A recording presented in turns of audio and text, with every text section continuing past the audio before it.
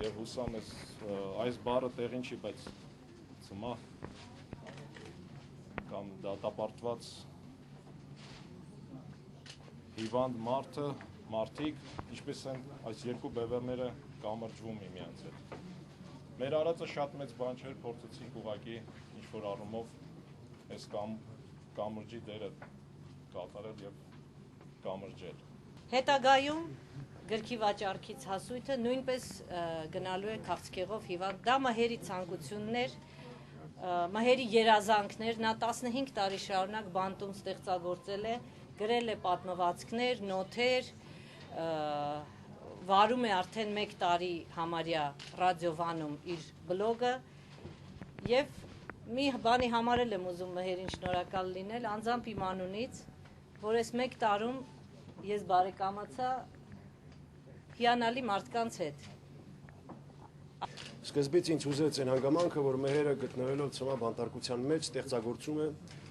անազատության մեջ ապրում է որպես ազատ մարդ, ակտիվ է, հասարակական կյանքում մասնակցում է, այո, բանը հասել նրան, նույնիսկ նա կարողացել է իր ակտիվությամբ ազգային ժողովում հարց դնել եւ հարցնել այդ հարցի լուծմանը։ Չգիտեմ դուք պատկերացնում եք ինչ է նշանակում դա։ Դա չի կարող մարդու չհուզել։ Եվ հետո սկսեցի արդեն խորանալ գործի մեջ ոչ միայն նրա ստեղծագործական, այլև նրա կյանքի, այլև նրա դատի, դատական փաստերի եւ այլն այս մանրամասների մեջ եւ տեսա մի շատ խորը հուզիչ ու դառը պատմություն։ Եվ այդ մասին ես հիմա ուզում եմ մի քիչ խոսեմ։ Մերը դատապարտված է սպանության համար, պետք է իմանաք, որ սպանության մեղք իր վրա չի վերցրել, իրական սպանողը, որ այդ վերքը վերցրել է, մեղք վերցրել իր վրա, արդեն նստել է իր ինչ են ասում, 15 տարին եւ այսօր ազատության մեջ է։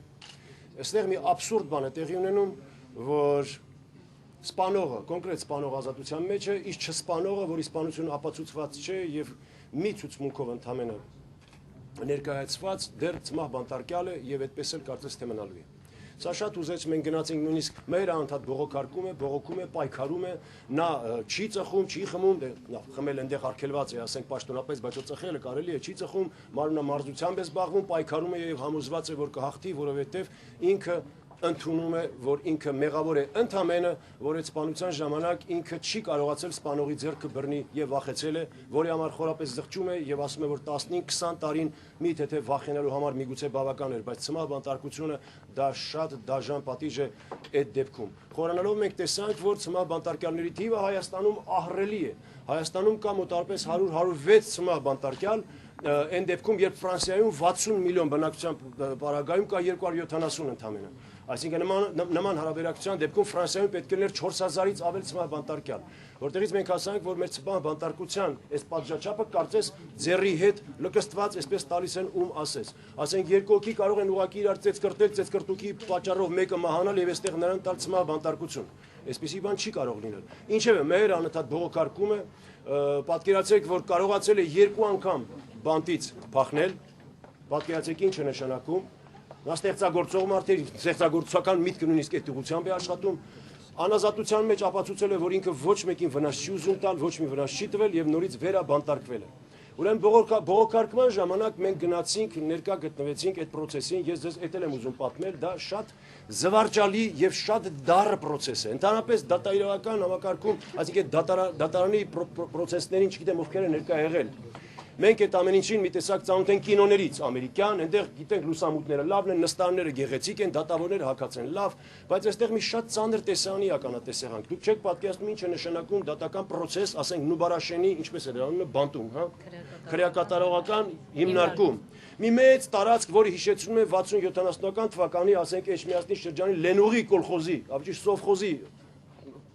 փչացած փլված ակումբի դահլիճը, այնտեղ կա 2 հատ, 3 հատ փչացած ջարդրտված նստարան, որի վրա ոչ ոք չի կարող նստել, որովհետև կջարդվի, էշավոտուկ, որի վրա պիտի նստի դատապաշտպանը, իշավոտուկ, կրկնում եմ, քիչ թե շատ ներկած, 1-2 հատ ծռմռված աթոռ, որի վրա նստում է երբեմն դատախազը, երբեմն վախից չի նստում, որովհետև դատախազները հիմնականում գեր մարդիկ են եւ վախենում են ջարդվի, լուսամուտները բաց են, փչում է եւ այնտեղ ցուրտ է եւ դատավորը, դատախազը եւ մյուսները դատապաշտպանը մրցում են անընդհատ ուզում են գնալ զուգարան, որովհետև ցիստիտով են հիվանդանում, շագանակագեղձի խնդիրներ են ձեռք բերում եւ շտապում են գործը գլուխ բերել, որովհետև սա անտանելի է։ Դուք պատկերացեք այնտեղ գրած է, ես ասեմ, սա պատկերը հին մի մեծ կարմիր աֆիշ, Լենին ում չես սովես նաշի էպոխի, դա դեռ պահպանված է, կարմիր են ներկել, առանց մտածել, որ այդ անունը այդպես հեշտ չի ջնջվում։ Հին էս պարագայում փչող լուսամուտի տակ բերեցին Մեհերին Ենոքյան, հա, վանդակը սվարկած, այդպես զոդած սվարկած մի վանդակ կա հենց բեմի վրա, կողքը կան սառնարաններ եւ սեյֆեր սղոցած կողպեկներ դրած, որտեղ այնտեղ աշխատակազմը կամ իր շորերն է պահում կամ իր ունեցվածքը, չգիտեմ, սա զավեշտական տեսարան։ Կանգնած մի 4-5 հոգի լսում ենք, դատավորը կարդում է արագարակ 49 քրեական ռեզգրքի 48 6 ամիս 8 ամսը 42 տարի 40 րոպե 46 ոչ չի հասկանում ոչի բան փաստաբանը Մեհերի ներկայացրել է 16 մի րոպե խնդրում էլի Մեհերի փաստաբանը ներկայացրել է 16 կետ որը կարիք ունի ապացուցման որի դատարանը ոչ մի կետը չի ապացուցում եւ այդքանից հետո եւ իրոք գտնում է փաստաբանի ներկայացած կետերը անհեթեթություն անհեթեթությունով կրկնում է պատիժը ոչ մի բան չի փոխվելու եւ այլ դատական ընթերցումը երբ որ վերջացավ Մեհերի մայրը այնտեղ ասաց ներեցեք այնտեղ դուք 6 ամսվա փոխարեն ասացիք 6 ամիս եկեք 6 ամսվա փոխարեն ասացիք 6 տարի այսպեսի բան դուք պատկերացնում եք դատավորը ասաց վայ մի րոպե երևի սխալվել ենք այնտեղ Հա, գրասխալ է եղել։ Ուրեմն 6 ամսվա տեղը ես ասում եմ 6 տարի։ Խնդրում եմ այսպես ուղեք։ Ձեր առնելու ուրիշ ձև չկա։ Ուրեմն կարող է շփոթվեն 12 ամսվա տեղն ասեն 12 տարի։ Ներեցեք 15 սուտկայի տեղը ձեզ կարող է 15 տարի։ Դե գրասխալ է։ Եվ այդպես երկու գրասխալ է եղել Մեհերի վրա, լրիվ լրացուցիչ ուրիշ հոդվածներ տալով։ Այդ օրը, այսինքն Մեհերը չի արել Գորիսում որևէ սպանություն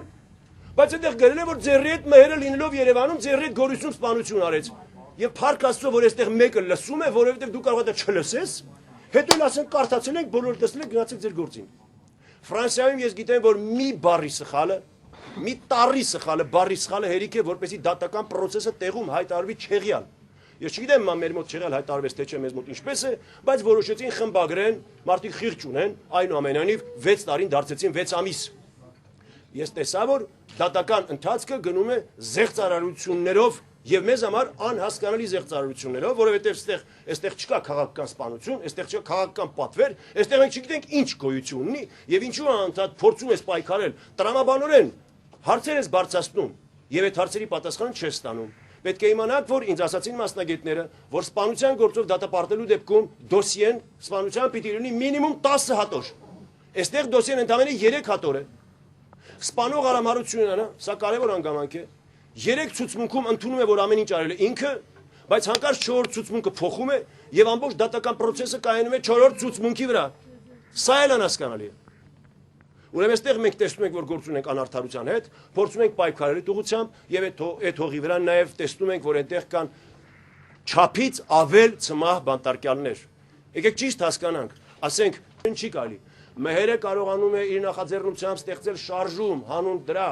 կարողանում է, եթե չգիտեմ, ում ասես դիմելով, ազգային ժողով դիմելով, վերադիմելով, Եվրամիության ներկայացուցիչներին դիմելով, բան հասնում է որտեղ ասես, ինչ ատյաններ ասես, ազգային ժողովում դնում է հարցը եւ հասնում հաղթանակի, ազգային ժողովը թույլ է տալիս, փոխելով կետը օրենքի մեջ եւ մարդը ամուսինը իր երիկամը փոխանցում է իր կնոջը եւ փրկում է մի կյանք։ Ընկերներս, սա շատ հուզիչ բան է։ Շատ հուզիչ։ Մենք այստեղ տեսնում ենք մի մարդու, որը ապրելով բանտում շատ ավելի ազատ քաղաքացի է, քան մեզնից շատերը։ Ես մեր ձայնը մենք բարձրացնում ենք, որ կոտրենք անտարբերության այդ սառույցը, որ հասկանանք, թե ինչու դատաերավանական մարմինները չեն ուզում անդրադառնալ այս գործին, շատ հարցեր կան, ես հասկանում եմ, վախենում են, այս մեկից սկսենք, այն մյուսները գլուխ կբարձրացնեն, գիտեք, այս մեկից սկսենք նա արդեն կասի, թող բարձրացնի, թող վերանայեն, թող տեսնեն, ինչպես կարելի է վախենալով մարդուն վանդակի տակ պահել ցմահ Այն դեպքում, երբ նա սպանությունը ապացուցված չի, այսպիսի բան չկա։ Հիմա ես ասում եմ Մեհերի գիրքը պիտի հրատարակվեց արդեն, ինչ ասեմ,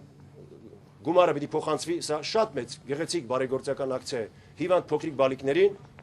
շատ պիտի խնդրեի նաև 1-2 գրքի փող էլ փոխանցեն մեր դատական մարմիններին, որ այնտեղ ապակին բանը սարքեն եւ այդ վանդակը ներկեն, կամ էլ պիտի խնդրենք մի ուրիշ ակցիա անենք, մեղք են մարդիկ, ինչ որ բաներ նկար ծախենք, այս անենք, ներկայացումներ պիտի խաղամ երևի փողը տամ, որ այնտեղ էշավոտուկի տեղը փաստաբանի համար աթոռ դնեն, որ կարողանա աշխատի։ Էշավոտուկին նստած փաստաբանը, երբ այնտեղից փչում է եւ դու ցիստիտով հիվանդանում ես, չես կարող աշխատել։ Այդ մարդիկ պիտի մի օր հասկանան այդպիսի բաները։ Եվ այստեղ կյանքի ու մահվա հարց է քննարկում։ Վանդակի հետև կանգնած է մարդը, ճակատագիրը խաչել են վրան, դրել են մի կողմ եւ մտածում են ոնց արագ կարդանք, որ վազենք զուգարան։ Ցիստիտ, այո։